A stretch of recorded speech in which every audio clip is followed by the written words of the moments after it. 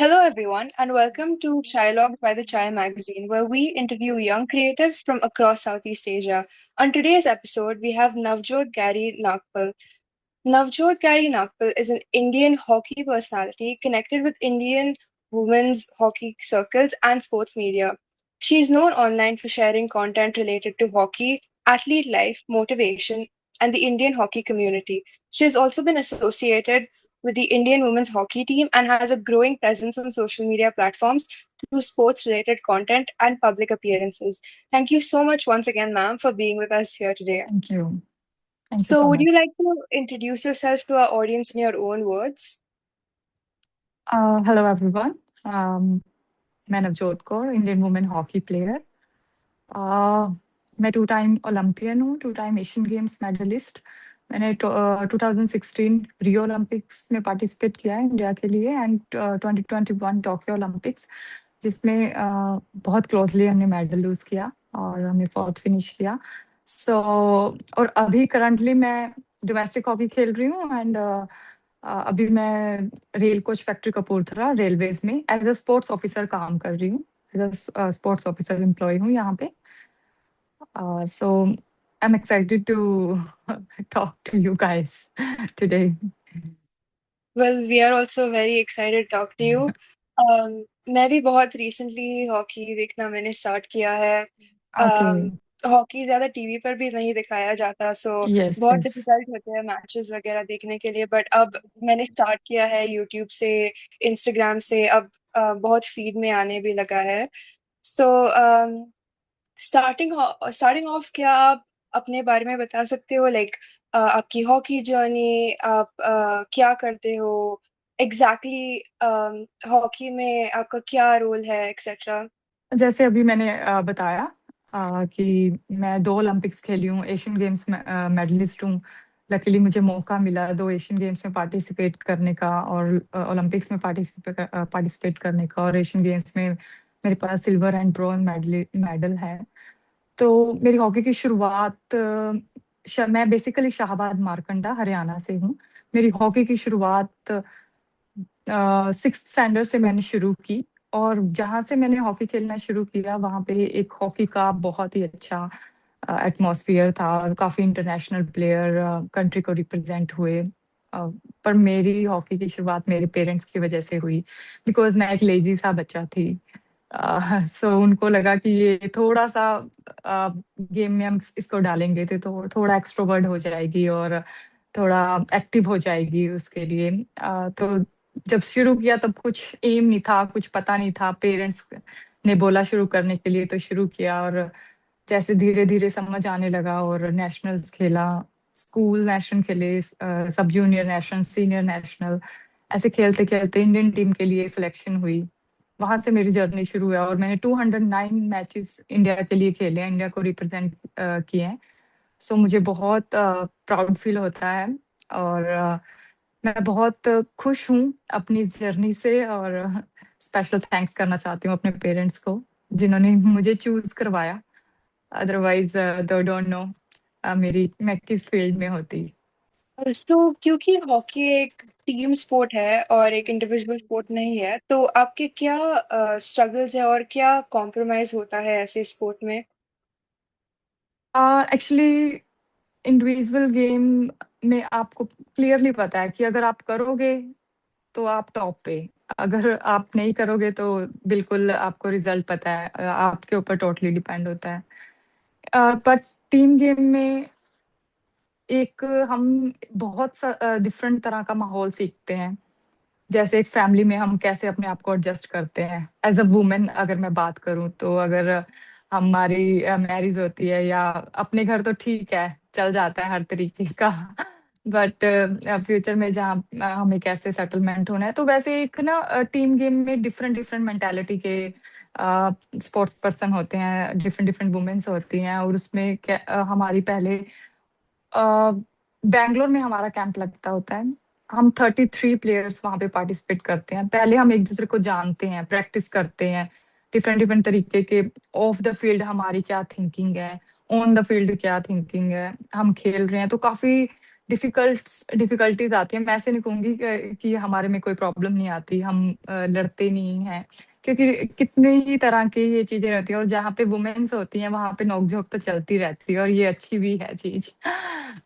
सो उसमें एक ये रहता है कि हमें एक दूसरे को समझ के खेलना पड़ता है। एग्जाम्पल के लिए मैं मिडफील्डर लाइन में खेलती हूँ, तो मुझे डिफेंस से भी उतनी ही सपोर्ट चाहिए कि वो मुझे बोल दे तो मैं आगे फॉरवर्ड को दूं। तो एक जो रहता है ना, एक तालमेल बहुत इम्पोर्टेंट रहता है उसमें। और सबसे पहले तो ये बिल्कुल हमारी बैकलाइन से शुरू होती है बॉल।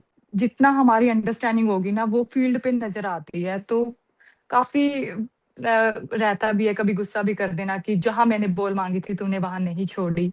तो काफी तरह की रहती है। तो ऐसे ही हमने, मुझे लगता है 7 to 9 ईयर से हमारा एक बैच खेल रहा था, जिसने टोक्यो 2021 में इतना हिस्टोरिकल हमने फिनिश किया वहां पे।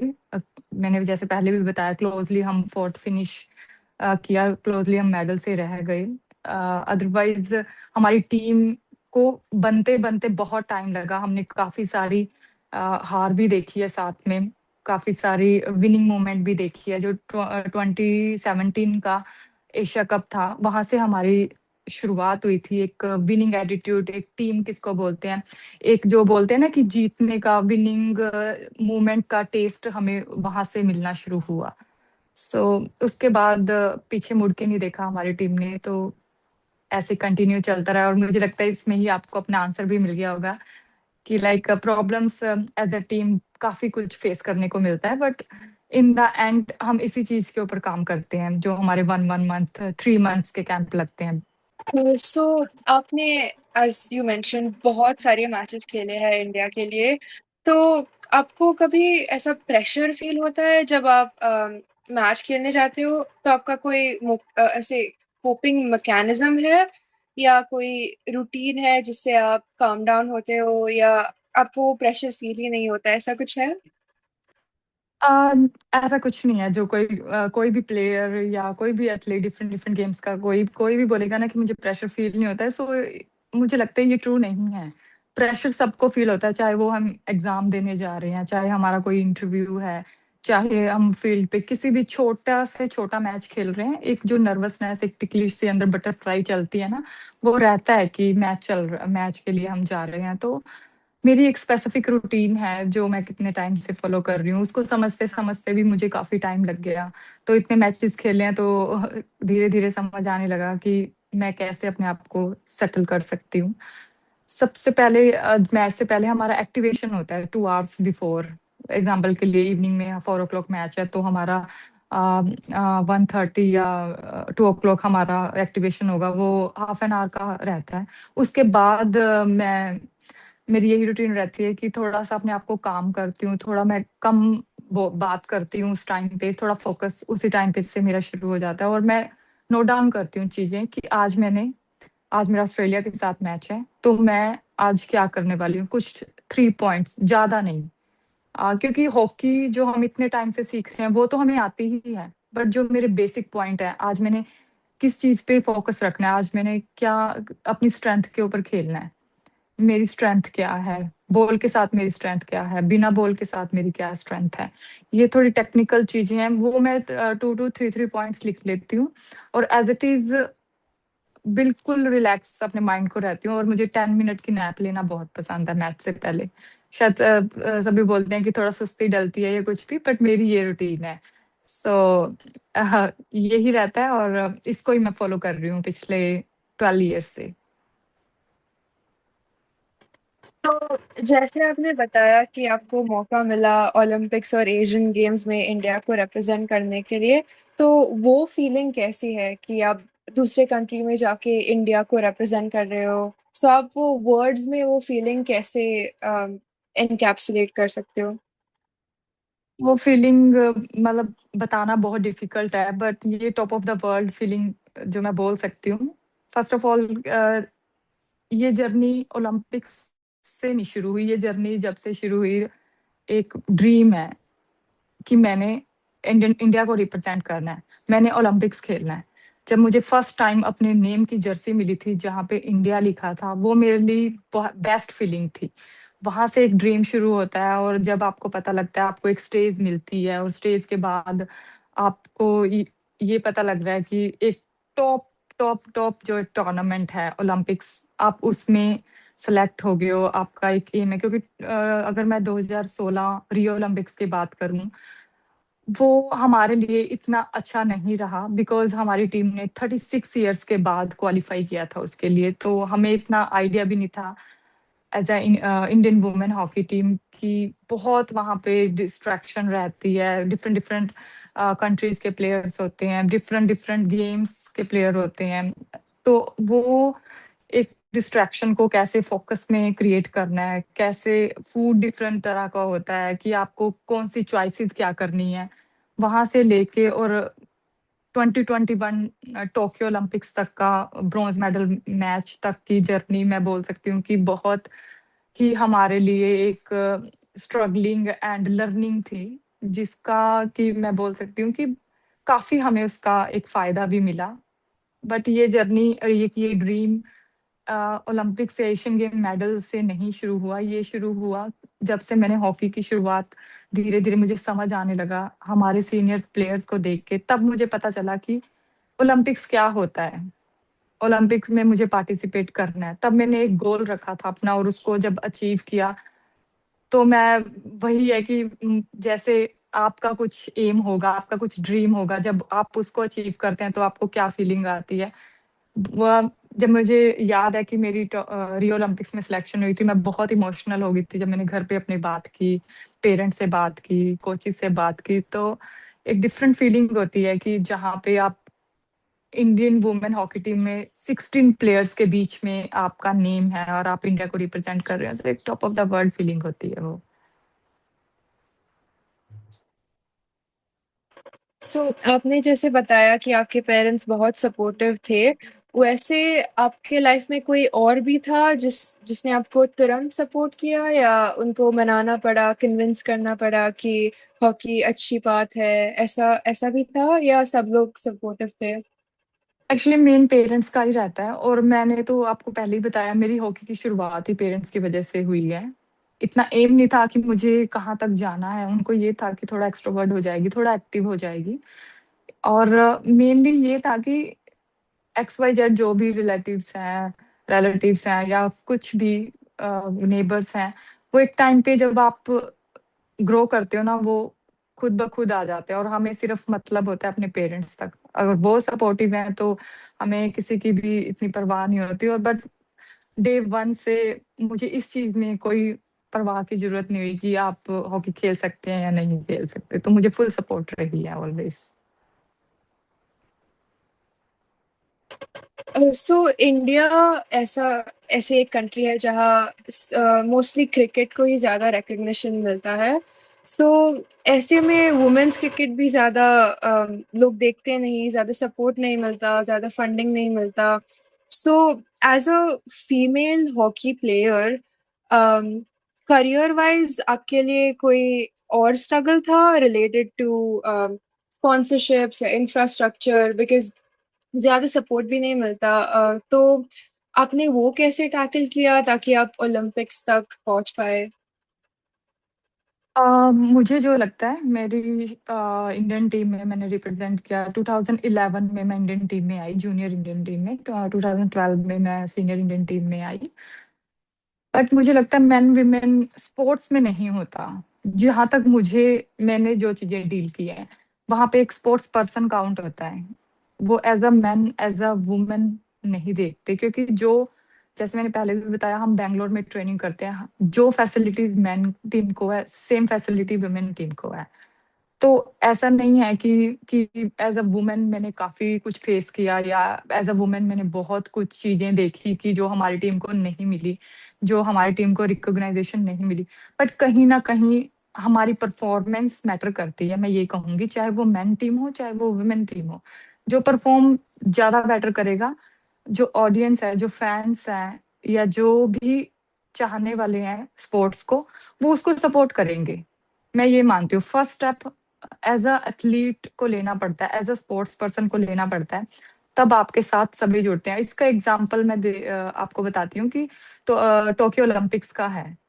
हमने फोर्थ फिनिश किया उसमें, बट हमें कंट्री ने ऐसे सेलिब्रेट किया कि लाइक जैसे कि हम मेडल विनिंग परफॉर्मेंस दे के आए हों, हमने मेडल जीत के लाए हों, हम ऐसे उन्होंने हमें सेलिब्रेट किया। सो मुझे लगता है कि कहीं ना कहीं ये जो बात निकलती है कि मैन वीमेन को रिकॉग्नाइज पहले होता होगा, वो मैं नहीं बता सकती, बट जब से मैंने हॉकी को, स्पेशली हॉकी को खेलना शुरू किया है, समझना शुरू किया, एक लेवल पे खेलना शुरू किया है, तो मुझे लगता है कि फर्स्ट पहले आपको एक स्टेप लेना पड़ता है, एज अ परफॉर्मेंस आपको शो करना पड़ता है, तब आपके पास सारी चीजें आती हैं। सो आपके पूरे हॉकी जर्नी में आप कौन सा मोमेंट बोलोगे कि आपका मोस्ट इमोशनल या most successful type of moment था, कि आपके करियर का हाईलाइट था? मुझे लगता है कि ओलंपिक्स होगा, बट कोई और मोमेंट है जब आपको एक्चुअली में बहुत हैप्पी या बहुत ओवर द टॉप फील हुआ था?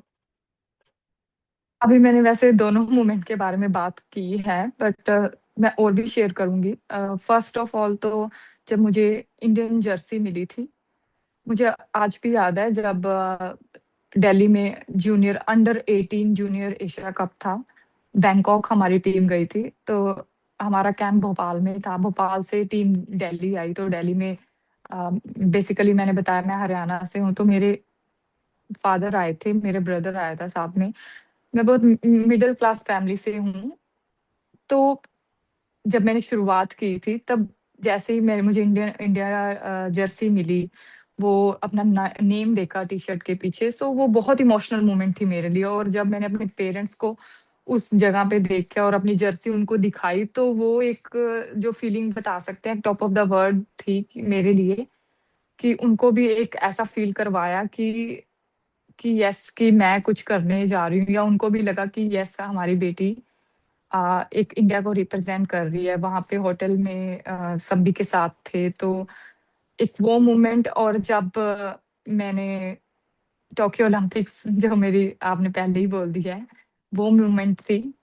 और एक जब मेरा फर्स्ट टूर्नामेंट ही था, जो बैंकॉक की बात की, वहां पे मैं टॉप स्कोरर रही थी। 10 गोल्स मैंने अंडर 18 एशिया कप में किए थे, और वो मेरे लिए बहुत स्पेशल मोमेंट थी। मुझे लगता था कि वाओ, कि इस लेवल पे हॉकी खेल के भी, इस लेवल पे कि ऐसे भी रिकॉग्नाइजेशन मिलती है। तो अगर आपका फर्स्ट टूर्नामेंट होता है और उसी में आप बहुत ही अच्छा परफॉर्म करते हो, और आपको स्पेशल कोई जेस्चर से नॉमिनेट किया जाता है, सो ये बेस्ट फीलिंग है। ऐसे XYZ बहुत ऐसे हम मोमेंट्स हैं, बट मेन मोमेंट्स मेरी यही है। मैं इमेजिन कर सकती हूँ कि जब आप ऐसी जर्सी पहनोगे अपने नाम के, तो कितना अच्छा लगेगा, because it's truly a very very special feeling. Just even when I look at a sports person who has their name behind the jersey, it's a very like goosebumps type of moment. So बहुत अच्छा लगता है। So बिल्कुल। Sports in general में बहुत competition होता है। So जो यंगस्टर्स होते हैं जिनको स्पोर्ट्स फॉर लाइफ करना होता है, वो कभी कभी मैचेस हारते भी है और उनका बहुत मोराल नीचे जाता है, उनको अच्छा नहीं फील होता, सेल्फ एस्टीम बहुत गिर जाता है। तो इस सिनारियो में आप भी कभी इस सिनारियो में में भी हुए थे, तो आप कैसे डील करते हो इन ऐसे जब आपका सेल्फ एस्टीम नीचे गिरता है, या आपके करियर की स्टार्टिंग में जब थोड़े मैचेस अच्छे नहीं गए थे, या कभी आपका दिन अच्छा नहीं गया था, तो आपने वो कैसे टैकल किया? और कोई जो स्पोर्ट्स में आना चाहता है, वो भी अच्छा नहीं परफॉर्म कर रहा, बट उसको स्टिल आगे जाना है, तो वो आप अपना मोटिवेशन हाई कैसे रखते हो? आ, आपने 2-3 क्वेश्चन पूछे हैं इसमें, सो फर्स्ट ऑफ ऑल मैं ये बताना चाहती हूँ कि लाइक स्ट्रगल लाइफ, या फिर आपको सबसे ज्यादा डाउट अपने आप पे कब होने लग जाता है? परफॉर्मेंस। परफॉर्मेंस जब आप कंटिन्यू आप एक लेवल पे खेल रहे हो, और आप अपने आप से ना काफी उम्मीद करने लग जाते हो, आपकी एक्सपेक्टेशन बढ़ जाती है अपने आप से। एग्जाम्पल के लिए, जैसे मैंने अंडर 18 एशिया कप में टॉप स्कोरर रही, उसके बाद second tournament under 21 for nation tournament आया, तो मेरी एक्सपेक्टेशन खुद से और बढ़ गई, कि मैंने वहां पे टॉप स्कोरर रही हूँ, अब मुझे कुछ ना कुछ और अच्छा परफॉर्म करना है कि कुछ ना कुछ मैंने अपनी टीम को मैं कंट्रीब्यूट करूं। तो जब हम खुद से एक्सपेक्टेशन ज्यादा हो जाती है तो काफी चीजें हैं जो हम कहीं ना कहीं अपने ऊपर बहुत प्रेशर डाल देते हैं चीजों का। तो वो चीजें कहीं ना कहीं हमें एक थोड़ा सा फोकस से हटाती हैं, जो हम बेसिक चीजें ना करके वो कई डिफरेंट चीजों पे ये थोड़ा सा डीपली है, मतलब हम अपनी बेसिक चीजों से हट जाते हैं कहीं ना कहीं। तो मैं ये कहना चाहूंगी कि एक टाइम होता है, खुद पे बिलीव ना छोड़े। मेरी एक जो हैबिट है, जैसे मैं मैथ से पहले करती हूँ एज अ प्रेशर सिचुएशन या एज अ डाउट सिचुएशन, खुद के ऊपर मैं लिखना शुरू करती हूँ। मैथ से पहले तो मैं लिखती हूँ कुछ 3 3 पॉइंट्स या 3 4 points always. But after match भी मैं एनालाइज करती हूँ कि आज मेरी परफॉर्मेंस कैसी रही। तो आफ्टर टूर्नामेंट भी मैं थोड़ा लिखती हूँ कि ये टूर्नामेंट बेटर नहीं गया मेरे लिए, तो क्या कर सकते हैं। क्योंकि एवरी डे मैंने 2011 से इंडियन टीम में आई थी और 2024 तक एक भी दिन ऐसा नहीं रहा जब प्रेशर ना फील हुआ हो। मैचेस तो छोड़ो, बट एक एवरी सिंगल ट्रेनिंग आपको पता है कि आपको वॉच किया जा रहा है, हर चीज तरीके की आपको परफॉर्मेंस देनी ही देनी है। अप डाउन चलता है, बट आप अपने आप को किस लेवल तक मेंटली, अगर आप बिल्कुल भी ऐसे सोचोगे कि यार मैं कर नहीं पा रही, वो मुझे देख रहा है, वो क्या सोच रहा होगा कि मैं परफॉर्म नहीं कर पा रही, पिछले टूर्नामेंट में तो इसने अच्छा खेला, इस टूर्नामेंट में क्यों नहीं खेल पा रही। तो ये क्वेश्चन समटाइम खुद ही अपने माइंड में आते हैं और अपने आप को बहुत छोटा फील करवाते हैं। और ये चीज मैंने भी फील किया और हर फील्ड में हर पर्सन ये चीज फील करता है।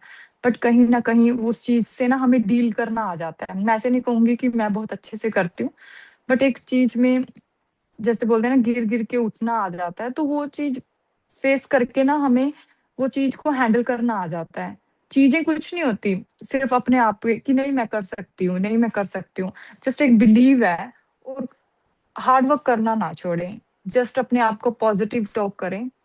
कहना बहुत इजी है कि पॉजिटिव बात करें अपने आप से हर चीज में, बट कहीं ना कहीं बहुत सारी चीजें ऐसी होती हैं कि जो हम कंटिन्यू एक एक्सपीरियंस के साथ ही कर पाते हैं। सो इन एंड एक शॉर्ट में यही है कि बिलीव करना ना छोड़ें खुद पे, और किसी भी काम को मतलब कंटिन्यू करते रहें, गिव अप ना करें, तो कहीं ना कहीं क्या है आपको वो चीज मिलेगी। क्योंकि एक आपका पीक पीक टाइम होता है और एक टाइम एक आपका स्ट्रगलिंग टाइम होता है। सो उसमें आप कैसे अपने आप को मोटिवेट रख सकते हो। मैं डिफरेंट डिफरेंट तरह की वीडियोस देखती थी, समझ नहीं आता था क्या करूं, कि कैसे अपने आप को रखूं। आज मेरी ये परफॉर्मेंस है, कल फिर होगी, परसों फिर डाउन आ गई। तो ये पार्ट ऑफ लाइफ है, मैं ऐसे बोल सकती हूँ, क्योंकि हर दिन सेम नहीं रहता। अगर हम किचन में भी जाएंगे, कुछ खाना बनाना चाहते हैं, तो हर दिन सब्जी सेम नहीं बनती। कभी अच्छी बन गई, नेक्स्ट दिन को कभी कुछ हो गया। सो ये मतलब पार्ट ऑफ लाइफ है। तो हमने आपके जर्नी के बारे में बहुत कुछ सीखा और लर्न किया। बट आपको अगर हम आपको अगर हॉकी के बारे में किसी को बताना है, तो मुझे लोगों को कन्विंस करना है कि हॉकी देखनी चाहिए, अच्छी स्पोर्ट है। तो वो ज़्यादा जानते नहीं हॉकी के बारे में। सो आप उनको क्या बताएंगे कि हॉकी कैसा स्पोर्ट है? तो कुछ बता सकते हैं? मेनली जैसे मैं हॉकी प्लेयर हूँ, मैंने तो हॉकी के अलावा कुछ किया ही नहीं, अगर ऑनेस्टली बताऊं। मेरी तो 6th स्टैंडर्ड से, जब से थोड़ा समझ आने लगा है, तब से यही, सुबह उठे ग्राउंड गए, फिर ग्राउंड से आए स्कूल गए, स्कूल से आए फिर ग्राउंड गए, मतलब यही रूटीन है। इसमें इस इन बिटवीन बहुत सारे सेक्रीफाइसेस भी हुए हैं हर तरीके के। बट मैं सबसे पहले उनको ये बोलूंगी कि आप एक बार चक दे इंडिया मूवी देख लीजिए। शायद कुछ, क्योंकि एक्सप्लेन करने में थोड़ा सा डिफिकल्ट रहेगा, कि आप एक बार चक दे इंडिया मूवी देखिए। जो कि मैं वो बोलती हूँ कि वो इतनी रियलिस्टिक नहीं है एज अ जो हॉकी गेम है। बट इस चीज का मैं ये बोल सकती हूँ कि बेनिफिट भी हुआ है कि जो अदर जो बोल सकते हैं ना पर्सन्स हैं या लोग हैं, उनको हॉकी का समझ आने लगा उस मूवी को देख के। सो मैं फर्स्ट उनको ये एडवाइस करूंगी, प्लीज आप हॉकी देखिए। हो चक दे इंडिया मूवी देखिए, और फिर कोई ऐसा मैच उनको, इंडिया पाकिस्तान का मैच देखने के लिए बोलूंगी, कि क्योंकि उसमें एक रहेगा ना कि एक कंट्रीज का रहेगा, ऑलवेज रहता है कि अंदर से मोटिवेशन मिलता है, तो उनको उनको वो देखने के लिए बोलूंगी, तो शायद थोड़ा सा उनको इंटरेस्ट मिले, जो भी मैं खेलना या देखना या किसी को बताना चाहूंगी, तो मुझे ये लगता है ये बता सकती हूँ। तो आपके क्या ओपिनियंस है चक दे इंडिया पर? आपको क्यों लगा कि ऐसा रियलिस्टिक नहीं है? बिकॉज जो रियल लाइफ में है, उन्होंने मूवीज में सब दिखाया है, बट जो रियल लाइफ स्ट्रगलिंग होती है, जो ग्रास रूट पे काम होता है, ऐसे नहीं बोल रही कि रियल नहीं है। उसके बाद मैंने ये भी बात की है कि उससे हमें काफी हेल्प मिली है।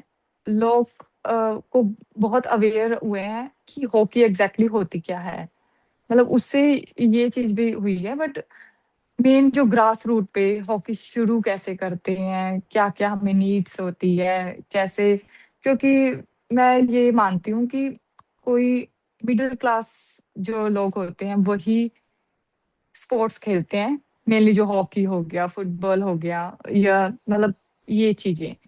तो उस उसके नजरिए से मैंने ये बात कही कि हम ग्रास रूट से बताएं कि एग्जैक्टली हॉकी को शुरू कैसे किया जाता है, या एग्जैक्टली हॉकी होती क्या है। तो ये लास्ट क्वेश्चन है। सो जैसे हम द चाय मैगजीन है, सो ये क्वेश्चन हम सारे गेस्ट को पूछते हैं। तो आपका फेवरेट बेवरेज क्या है? क्या वो ड्रिंक है जो आप हर मैच के पहले, या आपको आपका ऐसा फेवरेट ड्रिंक है? कुछ चाय चाय हो या कॉफी हो, कुछ भी। अम, ऐसा वैसे मुझे कुछ लगता नहीं है, मैं लेमनेड बोल सकती हूँ। लेमनेड मुझे पसंद है, बट हमारी टीम में बहुत सारे लोग हैं, बहुत सारे प्लेयर्स ऐसे हैं जो चाय के बिना नहीं रहते। उनको चाहे एक घूंट लेनी हो वो चाय जरूर पीते हैं। आ, मेरा थोड़ा ये रहता है कि मुझे चाय बहुत अच्छी लगती है, बट मैं थोड़ा सा अवॉइड ही करती हूँ, कि बिकॉज चाय ना पी जाए तो बेटर है। बट फर्स्ट मैं मुझे लेमनेड बोल सकते हैं, और आ, यही थोड़ा चीजें हैं, क्योंकि कॉफी मुझे बहुत पसंद है वो भी, बट एक डिहाइड्रेशन का सबसे बड़ा रीजन है कॉफी का भी, सो उसको भी इसलिए मैं अवॉइड करती हूँ। ऐसे नहीं, चाय मुझे सबसे अच्छी लगती है अगर मैं सभी बेवरेजेस में से चूज करूँ, बट मैं नहीं पीती उसको। दिन में एक बार कभी जब मैच नहीं है या मैं बहुत रिलैक्स हूँ, फ्री टाइम है, तो मैं जरूर पीना चाहती हूँ उसको। अदरवाइज मेरी कोई रूटीन नहीं है कि मैं उसके बिना नहीं रह सकती। सो लेमनेड एक ऐसी बेवरेज है जो मैं ऑलवेज पी सकती हूँ। सो मैम, थैंक यू कि आपने हमारे साथ बात की। मेरी हिंदी बेस्ट नहीं है, बट मैंने ट्राई नो किया। नो, आपकी हिंदी बहुत अच्छी है। और सीरियसली मुझे आपकी मैगजीन के बारे में इतना आइडिया भी नहीं था, बट जैसे आपने अप्रोच किया ना, एज अ वुमेन आप काफी अच्छा काम कर रहे हैं। और एक सो जस्ट उसके लिए मैं एक इंटरव्यू करना चाहती थी आपके साथ, कि एक वुमेन ही वुमेन को सपोर्ट करे, और जितनी भी वुमेन्स काम कर रही हैं उनको मैं ऑलवेज प्रेफरेंस देती हूँ, जितना भी मैं मेरे से हो पाता है। बिल्कुल इसलिए बिल्कुल, बहुत हमने अच्छा ये काम कर रहे हैं, बहुत अच्छा काम कर रहे हैं एक्चुअली। सो मुझे बहुत अच्छा लगा आपसे बात करके, स्पेशली। Yeah, thank हाँ you so जी, much once again thank for you. spending time with us. Thank you to our viewers for watching this episode. हम आपको next episode में मिलेंगे, and ma'am, thank you so much and all the best to you. Wishing you all the thank you. luck in the future. Thank you so much for representing India and making us proud. We're very thank you. grateful to have sports persons like you out there representing us. So thank you and have a great day, ma'am. Thank you so much.